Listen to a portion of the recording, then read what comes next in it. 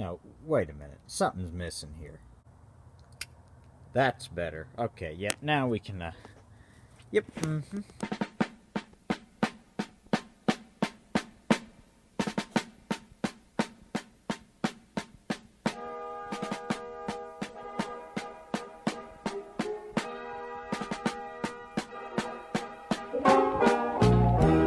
Oh, beautiful, our heroes proved in liberating strife.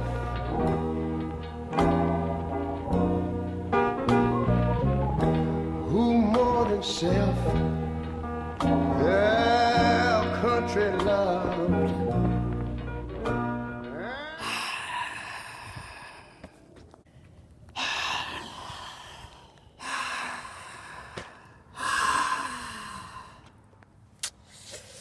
The old farm truck broke down on a feller Sunday. It is now Thursday. The old factory unit carburetor quit on a guy. And we got a new one. Driving down the road, doing about 60 miles an hour. Started to backfire. And then it shut down on me. Got it stopped. What was the scariest part was coming down a hill in this 4-ton truck. It actually got snowed on today, so all of this salt is on it, and it's messing up my bumpers and whatnot. Anyway, I had no power steering, no power brakes coming down the hill, and finally did get it stopped in the intersection, and went to hit the key, and it just kept cranking and cranking and cranking and cranking and cranking, and then after that it started cranking some more.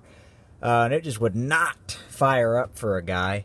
And so I opened the hood, hoping that just an on and off switch was just turned off. But no, and I got my mom in the truck. She's being a champ with car trouble.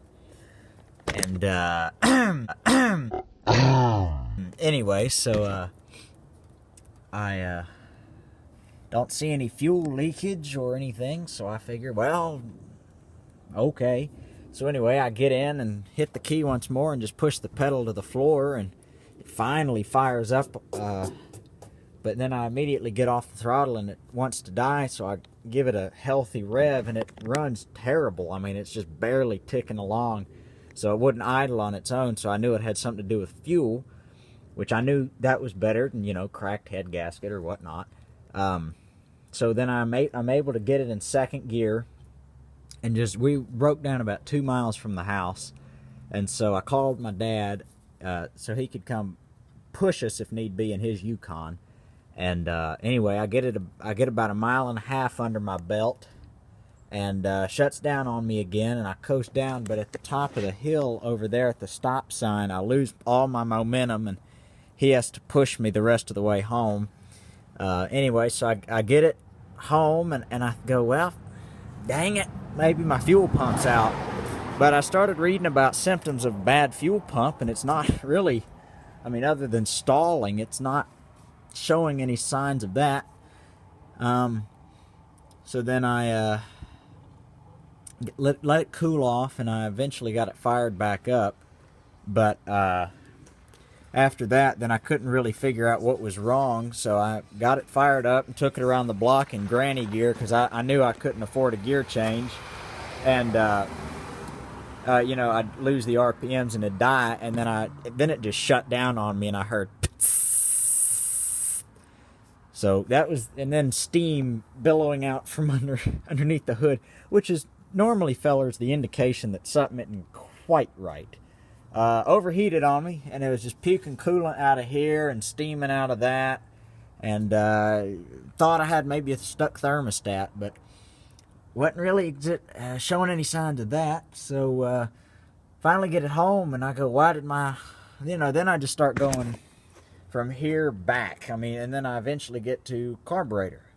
Symptoms of a bad carburetor: stalling, hard starting, overheating, misfire, backfire, and black smoke. And bad fuel economy, but I kind of thought 9 miles per gallon was just what a 74 Ford could do. So anyway, Guy didn't want to buy a new carburetor, but it's I started tracking down some of the numbers, and she's the factory unit. That's a 50-year-old carburetor right there. 46 if you want to get technical, but I don't think that motor is a 74, but I think it's maybe a 69, so we'll go ahead and call her 50 years old there. 51 actually, so not going to try to rebuild it. I just broke down, spent $90 on a new Carter 1-barrel YF carburetor and electric choke. Actually, this one has the old manual. I'd like to try to find a manual one, but they don't make them anymore. They've all gone sissy. They barely make manual transmissions, manual chokes, manual starters, although the old electric starter's okay. I don't want to have to get out here and try to crank a 300 straight 6. I'm not that strong. So I'm going to have electric choke carburetor, and since it's out here on the street, it would be fine, but just for my sake, go ahead and just pop the battery connector off. But anyway, that's an update on it, and we're going to get it fixed. The carburetor should be here Monday. I think I went over that. But anyway, it did snow on it. I know, snow in Texas, imagine that. And so it got, that makes a guy angry right there. All this just salt on a guy's paint here. At least it didn't do the bed too bad. I'll insert some pictures what it looked like, but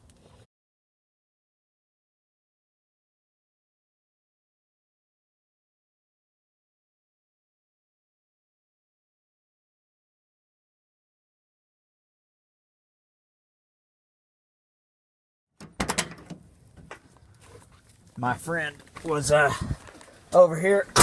He was going, "Are you a little nervous that Rambo's on the street? I mean, it's kind of, if anything could happen." I'm going, number one, if anyone were to take this truck, I'm going to find it the first day they take it. So, okay, there's number one. Number two, the battery's disconnected. Number three, it won't start anyway, so shoot, I'll even leave the key right here. You never can tell, and I'll leave the doors unlocked. We'll even leave the wing glass open for him. How about that?